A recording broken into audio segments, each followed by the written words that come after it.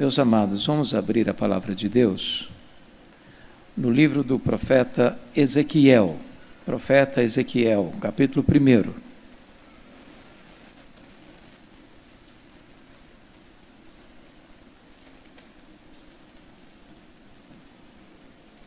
Profeta Ezequiel, capítulo 1.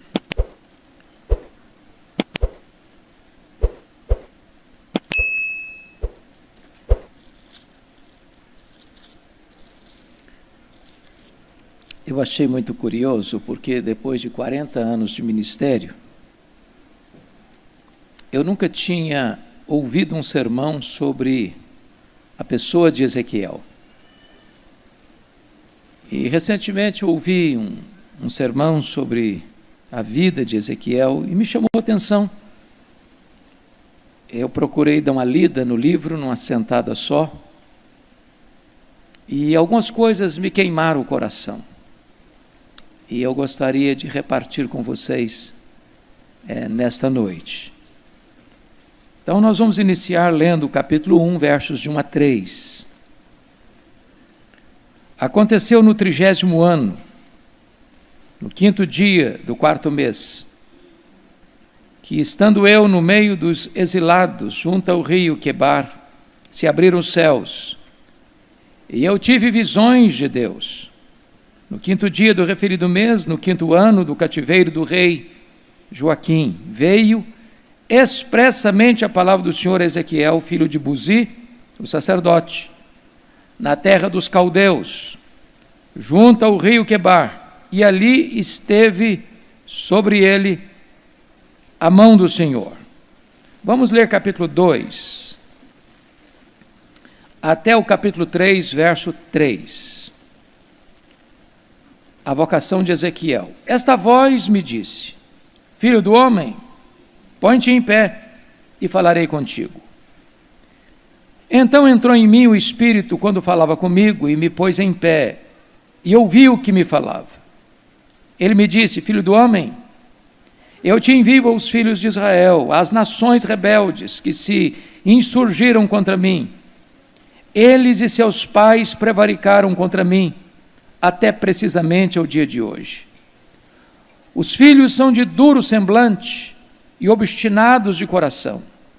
Eu te envio a eles, e lhes dirás, assim diz o Senhor Deus: eles quer ouçam, quer deixem de ouvir, porque são casa rebelde, hão de saber que esteve no meio deles um profeta.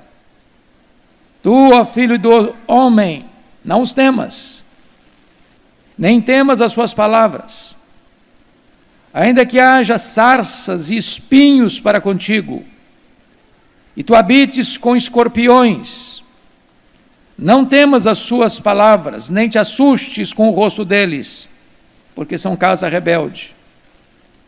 Mas tu lhes dirás as minhas palavras, quer ouçam, quer deixem de ouvir, pois são rebeldes. Tu, ó filho do homem, ouve o que eu te digo. Não te insurjas como a casa rebelde. Abre a boca e come o que eu te dou. Então vi, e eis que certa mão se estendia para mim, e nela se achava o rolo de um livro. Estendeu-o diante de mim, e estava escrito por dentro e por fora. Nele estavam escritas lamentações, suspiros e ais. Ainda me disse: Filho do homem, come o que achares, come este rolo, vai e fala à casa de Israel. Então abri a boca, e ele me deu a comer o rolo, e me disse: Filho do homem, dá de comer ao teu ventre, e enche as tuas entranhas deste rolo que eu te dou. Eu o comi, e na boca me era doce como mel. Irmãos amados, então eu gostaria de conversar um pouco com vocês hoje sobre a pessoa do profeta Ezequiel. Talvez o meu sermão será um pouco diferente do habitual, e talvez eu demore um pouquinho mais do que costumeiramente eu demoro, mas eu gostaria de apresentar vocês um pouco hoje da vida deste homem. Jeremias já estava pregando em Jerusalém havia 4 anos, quando Ezequiel nasceu. Ele nasceu por volta do ano 622 a.C. E significa que Ezequiel cresceu ouvindo o profeta Jeremias pregar. Ezequiel era contemporâneo de Daniel. A palavra Ezequiel significa Deus fortalece, ou Deus é a minha fortaleza. Mas somos informados no capítulo 1, verso de número 3, que ele era filho de Buzi.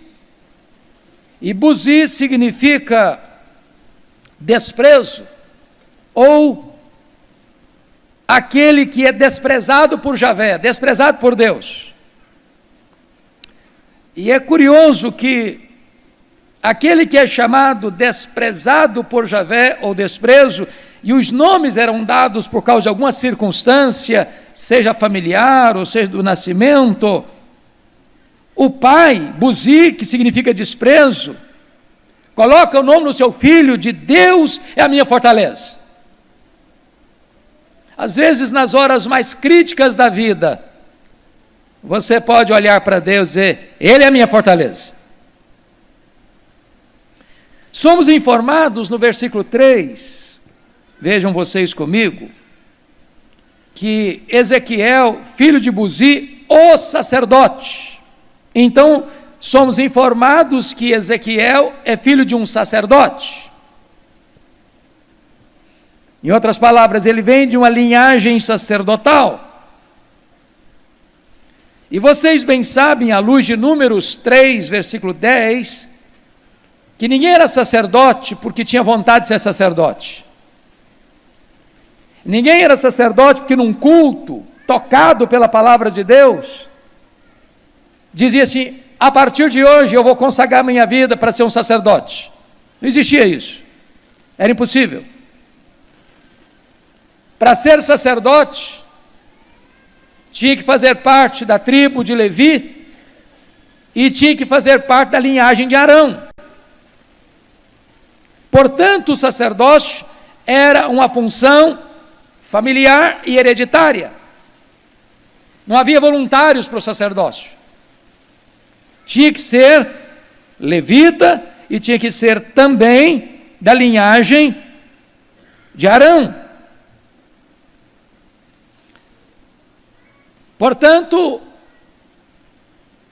esse menino, chamado Ezequiel, nasceu de um pai que era sacerdote, e ele não tinha outra função, outra opção a não ser um sacerdote, era hereditário. Ele nasceu para ser sacerdote. Mas notem vocês, que para ser sacerdote, tinha que ser da família de Levi, da linhagem da tribo de Levi, e tinha que ser da linhagem de Arão. Mas havia também um outro elemento seletivo. Ele tinha que ter o seu corpo perfeito. Peço que você abra sua Bíblia comigo, em Levítico 21, versos 17 a 24, para você entender isso. Portanto, não bastava ser levita, não bastava ser da linhagem de Arão, ele não podia ter defeitos físicos. Então, leia aí comigo, Levítico capítulo 21, versos 17 até o verso 24. Verso 16, disse mais o Senhor a Moisés, falarão dizendo, ninguém dos teus descendentes, nas suas gerações, em quem houver algum defeito, se chegará para oferecer pão ao seu Deus, pão do seu Deus.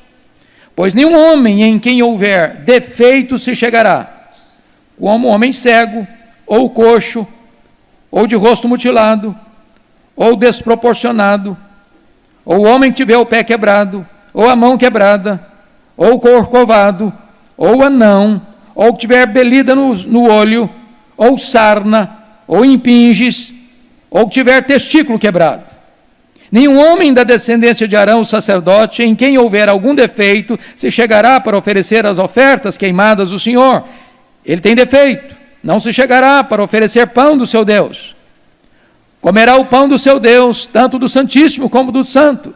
Porém, até o véu não entrará, nem se chegará ao altar, porque tem defeito, para que não profane os meus santuários, porque eu sou o Senhor, que os santifico. Assim falou Moisés a Arão, aos filhos deste e a todos os filhos de Israel. Portanto, não bastava ser apenas levita, não bastava apenas ser da linhagem de Israel, ele não podia ter defeito.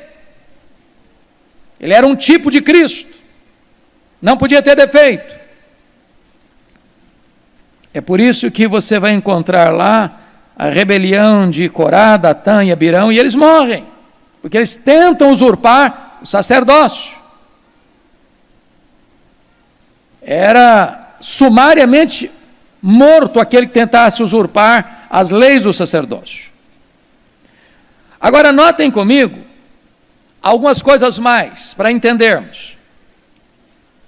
Um sacerdote, ele era consagrado ao sacerdócio apenas aos 25 anos de idade. Números 8, 24. Ele nascia numa família sacerdotal, ele crescia com a vocação de sacerdote, mas ele só era consagrado ao sacerdócio aos 25 anos, conforme Números 8, 24. Mas só começava a exercer a função de sacerdote aos 30 anos, conforme Números 4, 3. Então entenda isso. Ele tinha que ser levita, tinha que ser da linhagem de Arão, não podia ter defeito, só era consagrado aos 25 anos e só começava a exercer o ministério aos 30.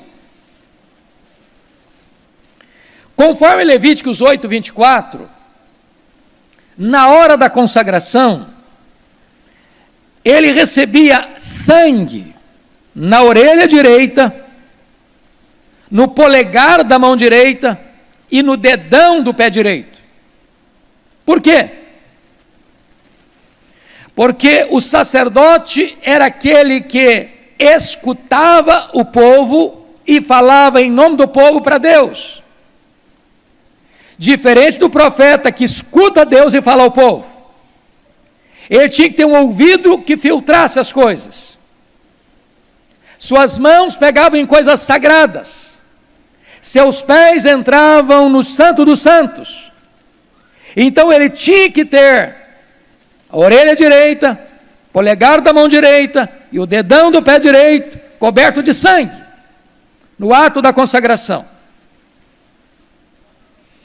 Agora você pode perguntar, mas por que o sacerdote só era consagrado aos 25 anos e só começava o seu ministério aos 30? Meus irmãos, um sacerdote, ele tinha que ser um doutor na época. Por exemplo, ele tinha que ser um especialista e estudar algumas áreas. Por exemplo, ele tinha que entender profundamente de zootecnia. Ele tinha que entender de animais. Quando alguém trazia um sacrifício para oferecer a Deus, cabia ao sacerdote examinar o sacrifício, para não ter defeito. Porque se alguém oferecesse um sacrifício defeituoso, conforme está lá em Malaquias, a maldição caía sobre o sacerdote. Ele tinha perícia para entender isso. Segundo, o sacerdote tinha que estudar medicina. Vocês sabem que o sacerdote era a autoridade sanitária da época. Havia mais de 30 tipos de lepras. Algumas curáveis, outras incuráveis. Quem dava o diagnóstico da doença era o sacerdote. Quem dava o alvará de soltura, ou melhor, o atestado de cura para a pessoa voltar a lide, era o sacerdote. Ele tinha que entender de medicina. Terceiro, o sacerdote tinha que entender de leis, a lei de Deus, porque cabia ao sacerdote ensinar o povo a lei de Deus. Ele era um mestre. Se o sacerdote falhasse em ensinar a lei de Deus ao povo, o povo se corromperia. Mais ainda, o sacerdote tinha que estudar as leis civis, ele tinha que ser uma espécie de advogado. Problemas matrimoniais, punições para certos tipos de assassinatos. Era o sacerdote que fazia toda esta análise para dar o seu veredito, para dar orientação de que tipo de pena a pessoa receberia. Pois bem, irmãos, Ezequiel cresceu como um filho de um sacerdote, com vocação para ser um sacerdote. Aos 25 anos ele é consagrado para ser sacerdote. E é nesse interregno, meus irmãos, é que um fato acontece na sua vida. Porque no ano 606, houve a primeira investida da Babilônia para tomar Jerusalém. Não consegue, mas leva os vasos do templo e leva uma pequena elite dos filhos dos nobres para a Babilônia, dentre eles Daniel e os seus amigos. Isso em 606. Mas em 596, na segunda investida de Nabucodonosor, 10.000 hebreus, judeus foram levados para a Babilônia, dentre eles Ezequiel. E agora diz a Bíblia, em Ezequiel, capítulo 1, que aqui está algo que os estudiosos penam para entender, porque olha como é que começa o livro. Aconteceu no 30º ano. E a pergunta é, que 30º ano é esse? Os estudiosos quebram a cabeça, porque não faz referência nenhuma que 30º ano é esse. Alguns dizem que foi o 30º ano, desde que a lei foi descoberta lá no templo, no período de Josias, mas não há nenhuma evidência histórica. A maioria dos estudiosos entendem que aconteceu no 30º ano do aniversário de Ezequiel. Ano em que ele, consagrado ao sacerdócio, deveria iniciar o seu ministério prático como sacerdote.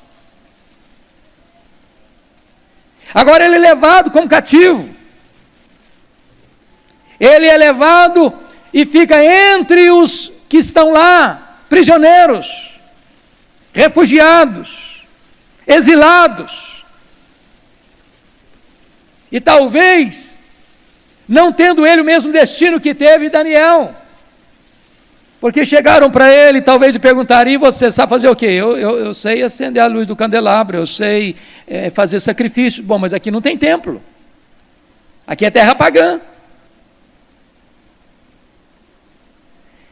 E quando ele está para começar o seu ministério, ele está lá às margens do rio Quebar, junto com os exilados, talvez pisando barro, numa reviravolta total na sua vida.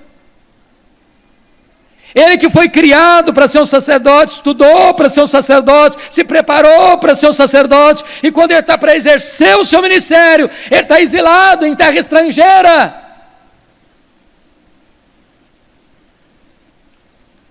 Mas, amados irmãos, isso me impressiona, porque às vezes em 5 anos, entre a sua consagração e o começo do seu ministério, a vida dá uma girada muito alta, a mesa vira, o cronograma altera, de repente tudo que você planejou na vida vai por terra.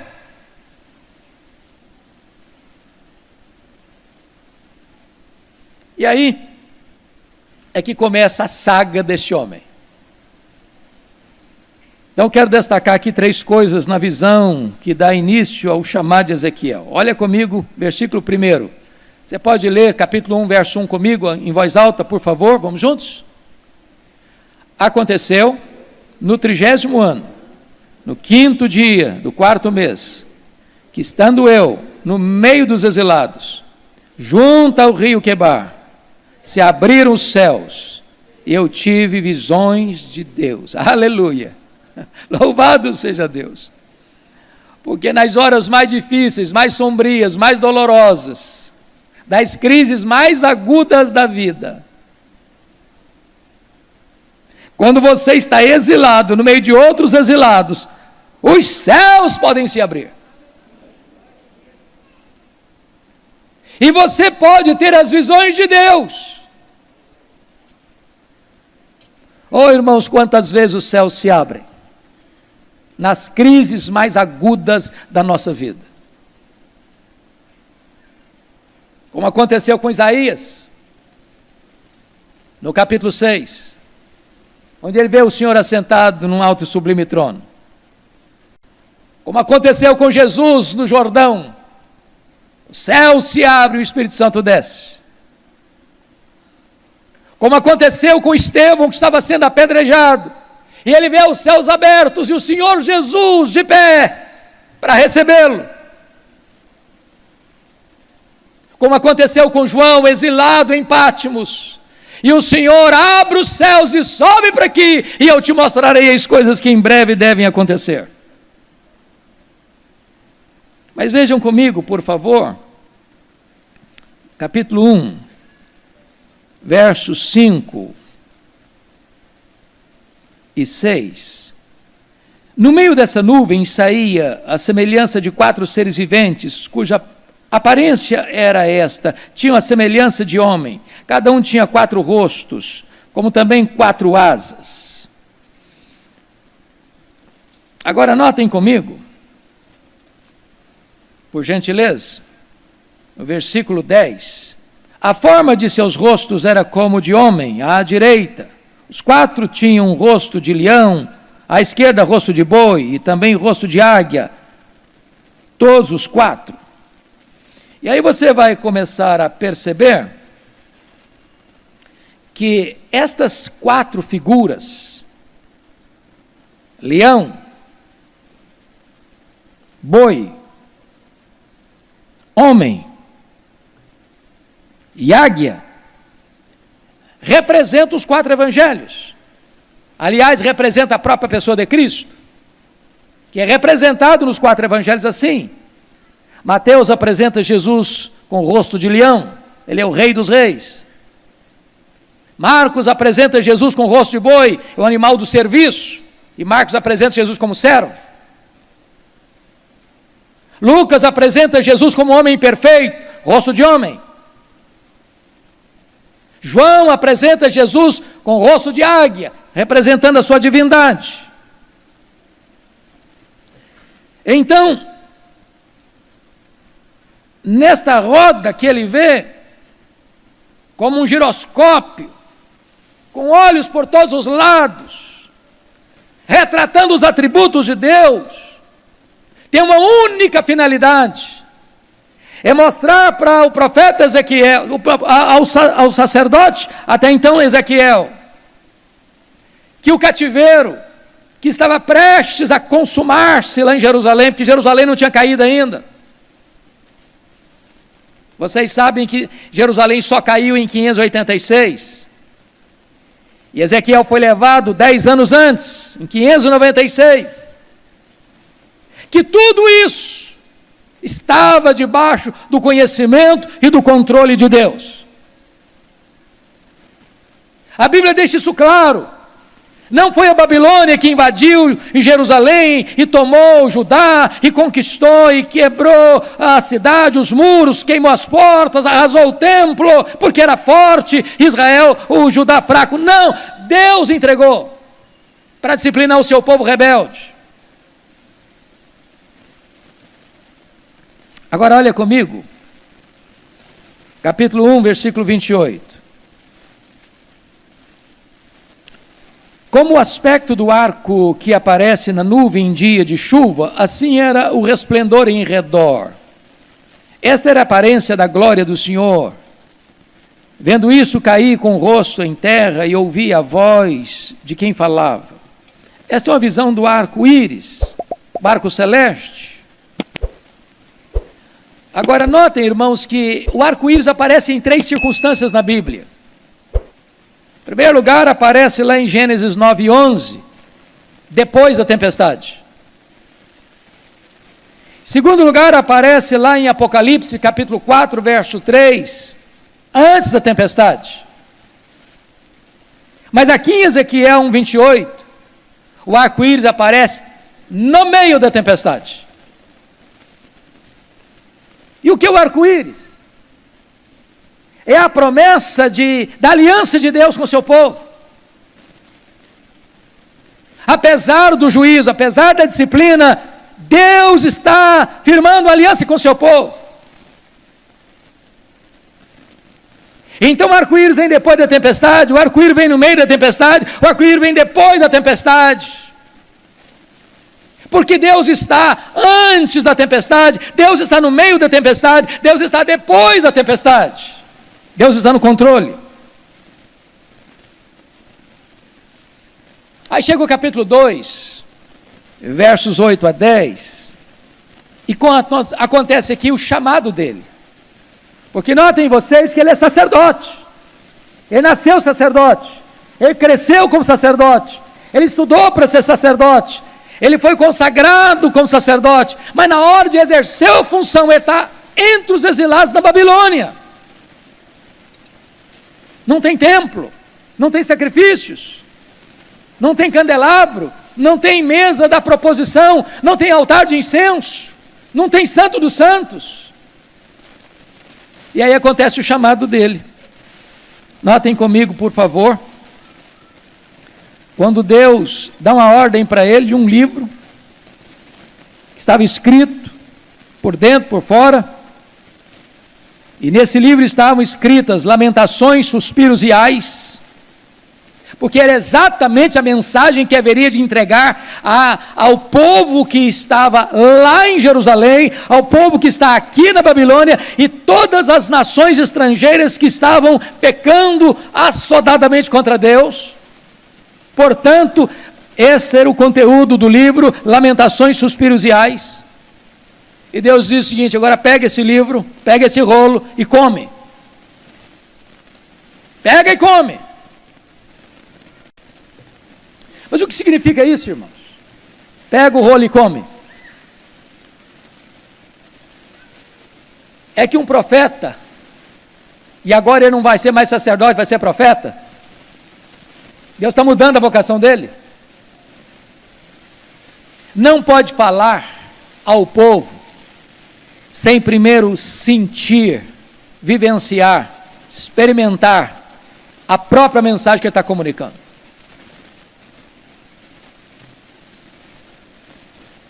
Ele precisa sentir o que é isso. Foi como aconteceu com o profeta Oséias. Deus falou ao povo muitas vezes, de várias maneiras. O povo não ouvia Deus. Aí Deus levanta o profeta Oséias e diz: Oséias, você vai lá agora e casa com uma mulher de prostituições. E tenha filhos de prostituições. Para que o povo pudesse, para que o profeta pudesse entender o que está no coração de Deus. O povo era infiel a Deus. Deus era considerado o marido do povo, mas o povo era com a mulher infiel, que se encantava com os muitos amantes e deixando Deus de lado. E Deus está dizendo: Oséias, você não vai só falar a minha mensagem, não, você vai representar a minha mensagem, você vai sentir e representar a minha mensagem.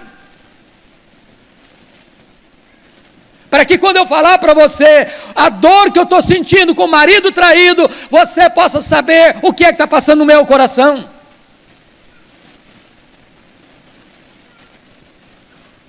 E se vocês olharem atentamente o livro, vocês verão que o livro de Ezequiel traz 10 atos simbólicos para chamar a atenção do povo.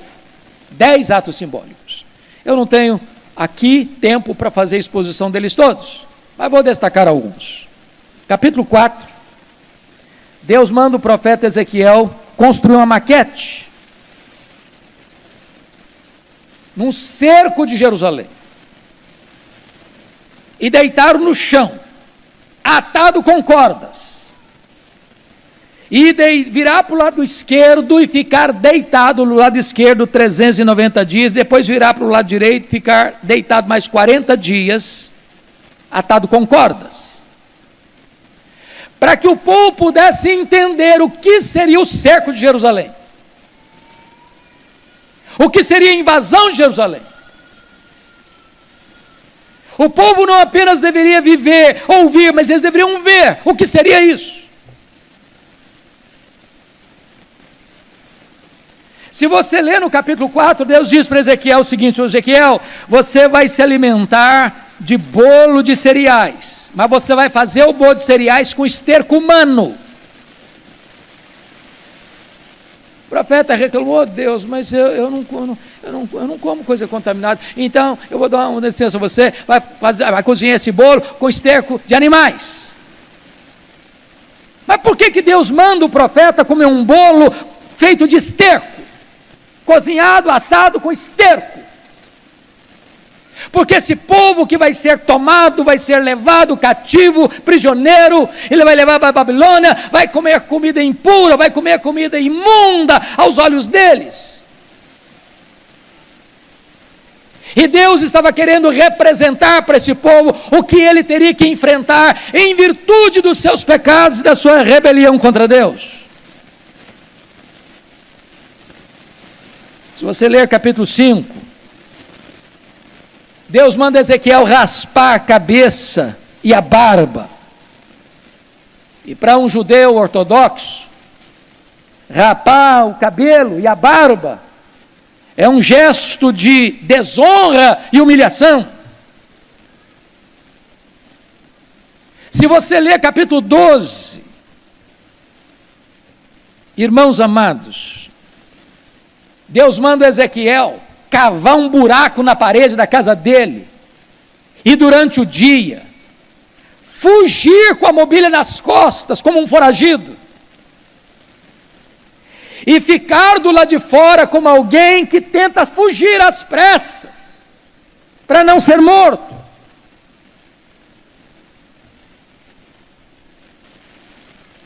Se você ler no capítulo 21, Deus manda o profeta Ezequiel sentar e suspirar e chorar após profetizar sobre Jerusalém, depois de pregar a sua queda, para que o povo pudesse entender a dor que ele iria sentir ao sofrer um cerco, um ataque, uma invasão militar que haveria de destruir a cidade, queimar o templo, arrasar com tudo e levar o povo embora cativo. Mas o pior não foi isso. Eu queria que você abrisse agora a sua Bíblia comigo, no capítulo 24.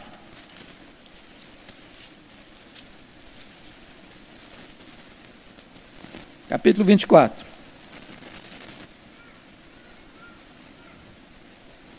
Versos 15 em diante. Você pode ler comigo? Eu peço que você preste muita atenção na leitura desse texto. Toda a igreja comigo, em voz bem pausada, para vocês compreenderem o que está acontecendo aqui. Veio a mim a palavra do Senhor, dizendo: Filho do homem, eis que às súbitas tirarei a delícia dos teus olhos, mas não lamentarás, nem chorarás, nem te correrão as lágrimas. Geme em silêncio, não faças lamentação pelos mortos. Prende o teu turbante, mete as tuas sandálias nos pés, não cubras os bigodes, e não comas o pão que te mandam. Falei ao povo pela manhã, e à tarde morreu minha mulher. Na manhã seguinte, fiz segundo me havia sido mandado. Então me disse o povo: não nos farás saber o que significa estas coisas que estáis fazendo? Eu lhes disse: veio a mim a palavra do Senhor dizendo: dize à casa de Israel, assim diz o Senhor Deus: eis que eu profanarei o meu santuário, objeto do vosso mais alto orgulho, delícia dos vossos olhos e anelo de vossa alma. Vossos filhos e vossas filhas que deixastes cairão à espada.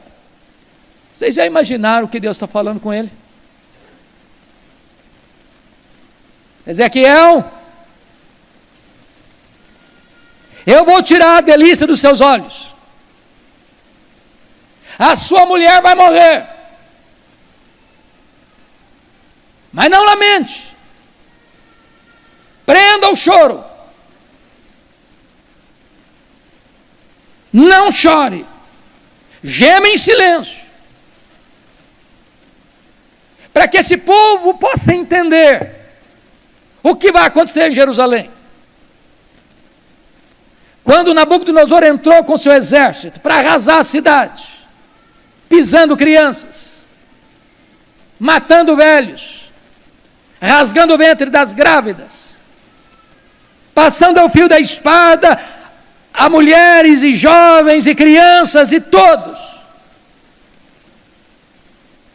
O povo precisava entender a gravidade que seria a invasão de Jerusalém.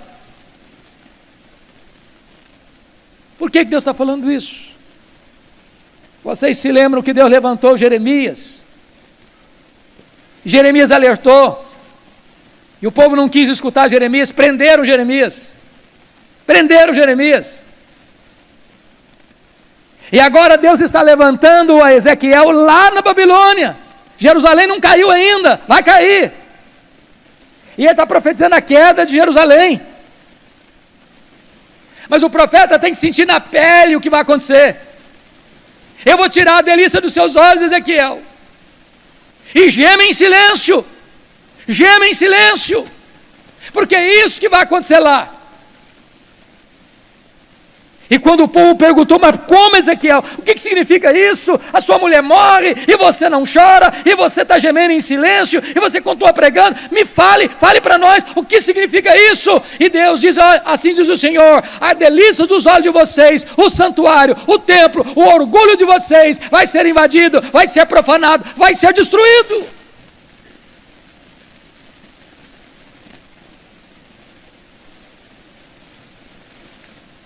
Irmãos amados, bendito seja Deus. A profecia bíblica, ela embora apresente esses dramas todos, mas a profecia bíblica abre também uma porta da esperança.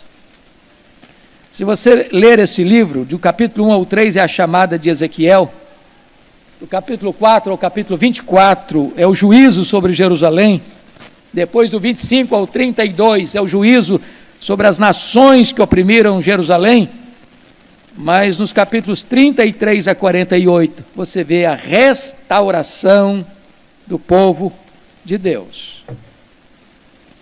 A esperança para nós, irmãos.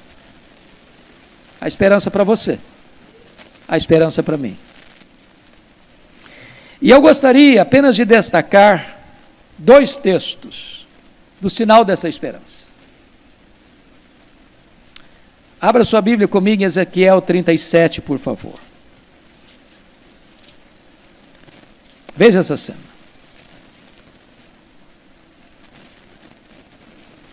Toda a igreja comigo, capítulo 37.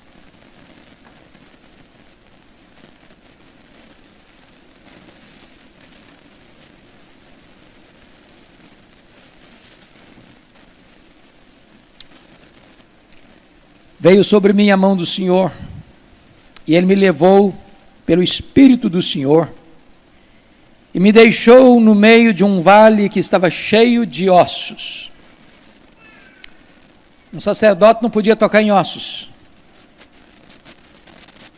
Não podia. Levítico 21:11. E Deus o leva pelo Espírito e o deixou, preste atenção, no meio de um vale que estava cheio de ossos. Agora preste atenção que Deus faz outra coisa no verso 2. E me fez andar ao redor deles. Por que no meio e depois ao redor? Ezequiel tinha que ter uma visão global, plena, ampla, completa, de toda a cena. Ele tinha que ter uma visão das bordas e uma visão do centro. E me fez andar ao redor deles. E está escrito, eram muito numerosos na superfície do vale. E diz o texto, estavam sequíssimos. Então me perguntou, filho do homem, acaso poderão reviver esses ossos?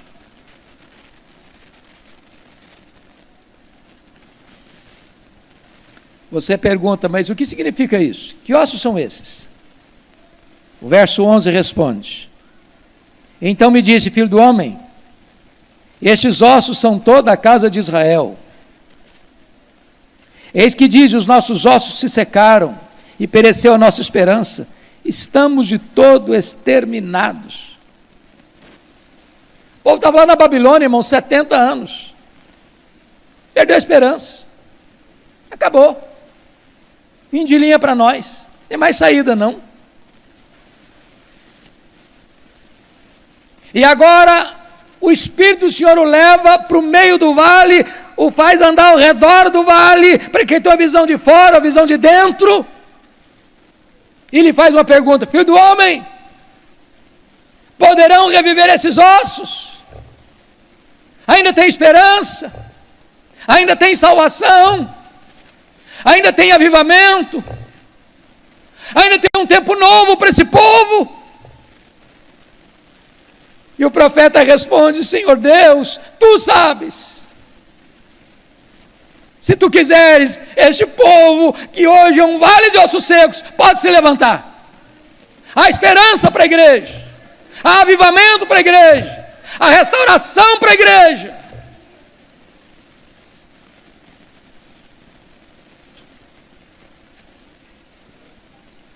Disse-me ele, versículo 4, profetiza esses ossos, e dize-lhes, ossos secos, ouvi a palavra do Senhor. Assim diz o Senhor, Deus, a estes ossos, eis que farei entrar o meu espírito em vós e vivereis. Porei tendões sobre vós, farei crescer carne sobre vós estenderei pele, porei em vós o espírito e vivereis, e sabereis que eu sou o Senhor. Verso 7. Eu profetizei segundo me for ordenado. Enquanto eu profetizava, um ruído, um barulho de ossos que batiam contra ossos e se ajuntavam cada osso ao seu osso. Olhei e eis que havia tendões sobre eles e cresceram carnes e se estendeu pele sobre eles, mas não havia neles o espírito. Verso 9. Então ele me disse, profetiza o espírito, profetiza, ó filho do homem.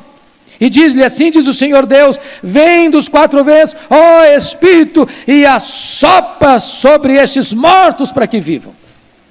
Profetizei como ele me ordenara, e o Espírito entrou neles, e viveram, e se puseram em pé, um exército sobremodo numeroso.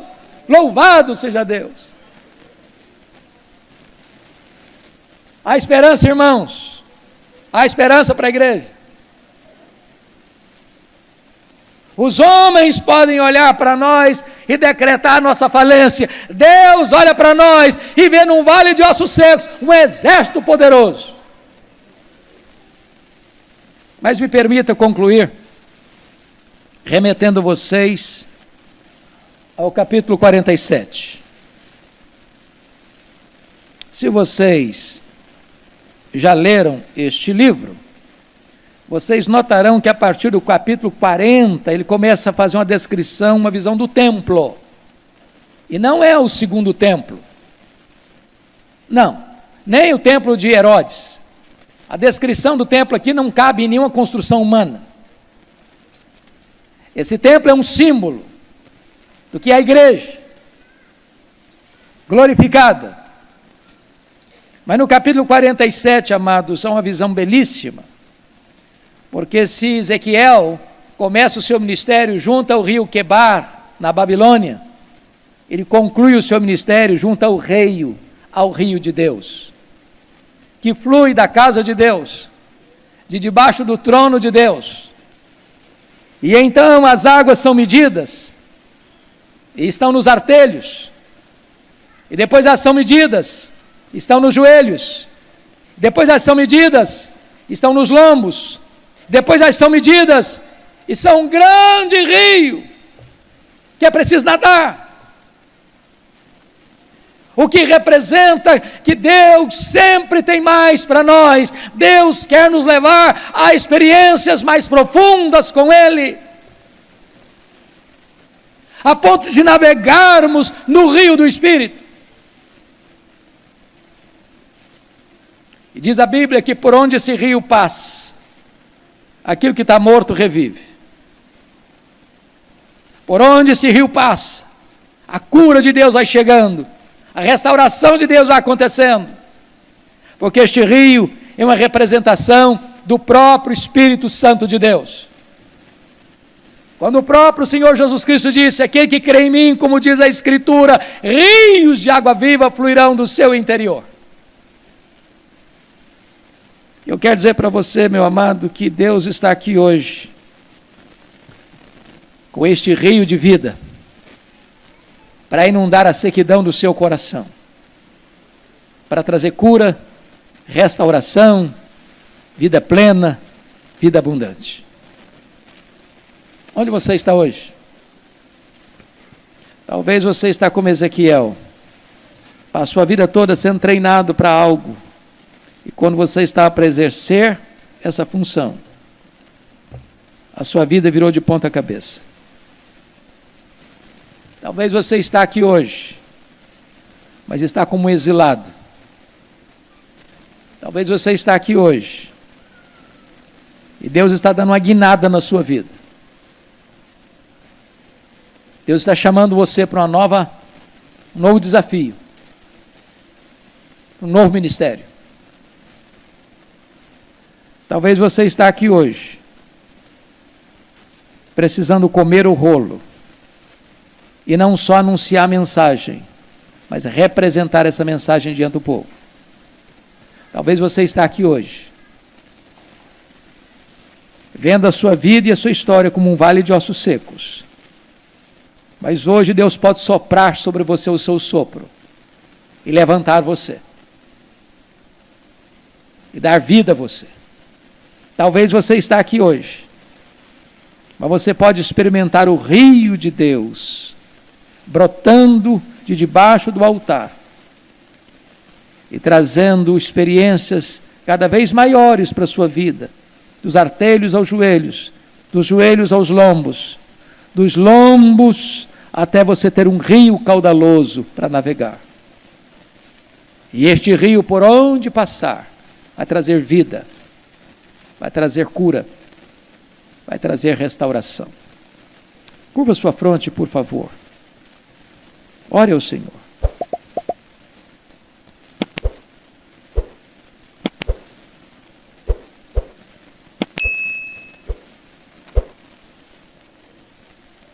O que é que você precisa hoje da parte de Deus? Você que talvez nasceu numa família cristã, você que aprendeu as coisas de Deus desde a infância, a você que viu tantas coisas difíceis acontecer na sua história, e o Senhor Deus está aqui hoje, poderoso para restaurar a sua sorte, para mudar a sua sorte.